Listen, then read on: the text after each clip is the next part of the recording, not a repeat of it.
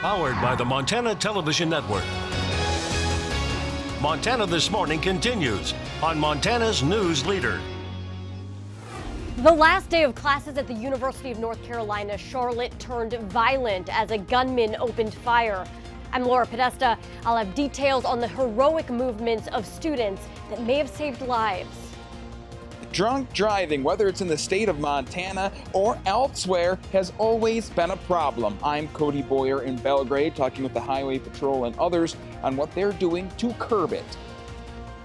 6:30 on your May 1st, Wednesday morning. Thank you for joining us. I'm Missy O'Malley with Chet Lehman. Matt Elwell will have our hopefully on the up and up forecast here in just a moment. But our top story here, 2 people are dead and 4 others injured after a gunman opened fire on yet another campus, this time at the University of North Carolina in Charlotte. Suspect is in custody. He's facing multiple charges, including 2 counts of murder, 4 counts of attempted murder. CBS's Laura Podesta has the details on what happened on the last day of class. A student armed with a pistol opened fire at a North Carolina university yesterday afternoon. This is the worst day in the history of UNC Charlotte. We've lost 2 members of our community. We have 4 injured students. As students ran away from the gunfire at the University of North Carolina, Charlotte, campus police officers ran into the building and arrested the suspect. Our officers' actions definitely saved lives. There's no doubt about that. Those who were inside did what they could to stay safe. One of the students there wrapped a belt around the door so that no one could get in. They barricaded it and stuck something in it so it wouldn't slide open. As the shooting unfolded, the school sent out increasingly urgent alerts. The campus was on lockdown and there was an active shooter, and then literally like 30 seconds later they said that shots were actually fired, and then like 10 seconds later they said that people were shot, and then like another couple minutes they said that people were actually killed. Police identified 22-year-old Tristan Andrew Terrell as the suspect. They searched his home last night. We will take a hard look at this entire situation to find out what happened and how it happened and things that can be prevented. Sources tell CBS affiliate WBTV in Charlotte, Terrell had withdrawn from all but 1 class. Laura Podesta, CBS News. Now, there will be a candlelight vigil on campus tonight. The school has canceled final exams, which were scheduled to start on Thursday. Those are canceled through Sunday. So sad. Absolutely. So sad.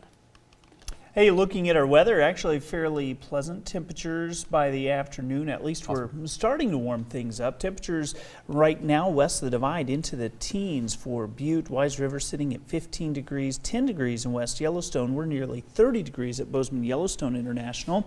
General trend warming into the mid to upper 40s for today. Look for the clouds to be on the increase. There may be a slight chance of showers Wednesday night into Thursday, but after that, we'll be warming up. We'll, of course, break down your complete forecast coming up in just a few minutes. It's now 6:33, our top local story for you. A Bozeman woman was in court yesterday, charged with her 4th habitual DUI offense. 54-year-old Emma Jean Whiteman now has a total of 6 DUI convictions dating back to 1999. Monday night, Whiteman was arrested at Frontage Road and Spring Hill Road after swerving and almost running head-on into another vehicle. Her bail set at $7,500. She cannot leave the state, have alcohol, or go anywhere alcohol is a main product for sale. And unfortunately, cases like this one are becoming more common. Yeah, on top of that, the state of Montana is near the top of the list when it comes to death caused by drunk driving. MTN's Cody Boyer met with the Gallatin County DUI Task Force and the Highway Patrol and tells us what authorities are trying to do about this dangerous problem. The specific stretch of Interstate 90 that cuts across the state of Montana is considered the most dangerous stretch of highway in the nation when it comes to DUI fatalities. Now, that's a statistic, among others, that those like the Gallatin County DUI Task Force says is understood by too few people. Montana is actually tied for first place in the entire nation for DUI fatalities. To Task Force Coordinator Kelly Parker Watney, that's a stat that is both disturbing and hard to ignore. The alarm bells that go off is just a sad statistic. We have 313 alcohol licenses in Gallatin County alone. There are, I think, 15 breweries now in Gallatin County, and that's a lot. She says Montana also is the rated lowest for DUI legislation, and to the task force, each associated number shows something else to be scared of. Numbers and statistics show that most people have driven at least 80 times before they're arrested for a single DUI. It's terrifying. The Montana Highway Patrol obviously cover a lot of area, not just Gallatin County alone, which is already large. So they say one of their primary tools that could help them cover more area starts with you. DUI is a significant problem in Montana. It always has been.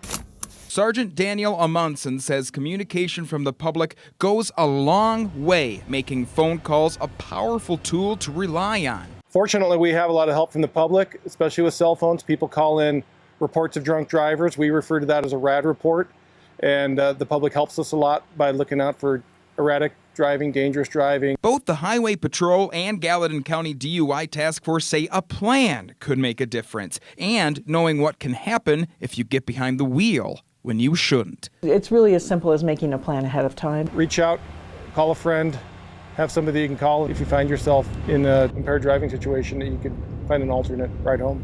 The Gallatin County DUI Task Force gathers information revolving around drunk driving statistics constantly. You can find all of that information on our website. In Belgrade, Cody Boyer, MTN News. Then with the Memorial Day weekend coming up soon, Gallatin County law enforcement is teaming up again with the Montana Highway Patrol for the annual Click It or Ticket campaign. Between May 20th and June 2nd, patrol will be increased and officers will be on the lookout for motorists who are not properly using their seatbelts. In Montana, summer months are the deadliest time of year. 45% of all fatal crashes happen between Memorial Day and Labor Day. Shifting gears a bit, more and more Americans struggle with paying for prescription drugs, and many times there's someone in between the drug company and the consumer who negotiates the price.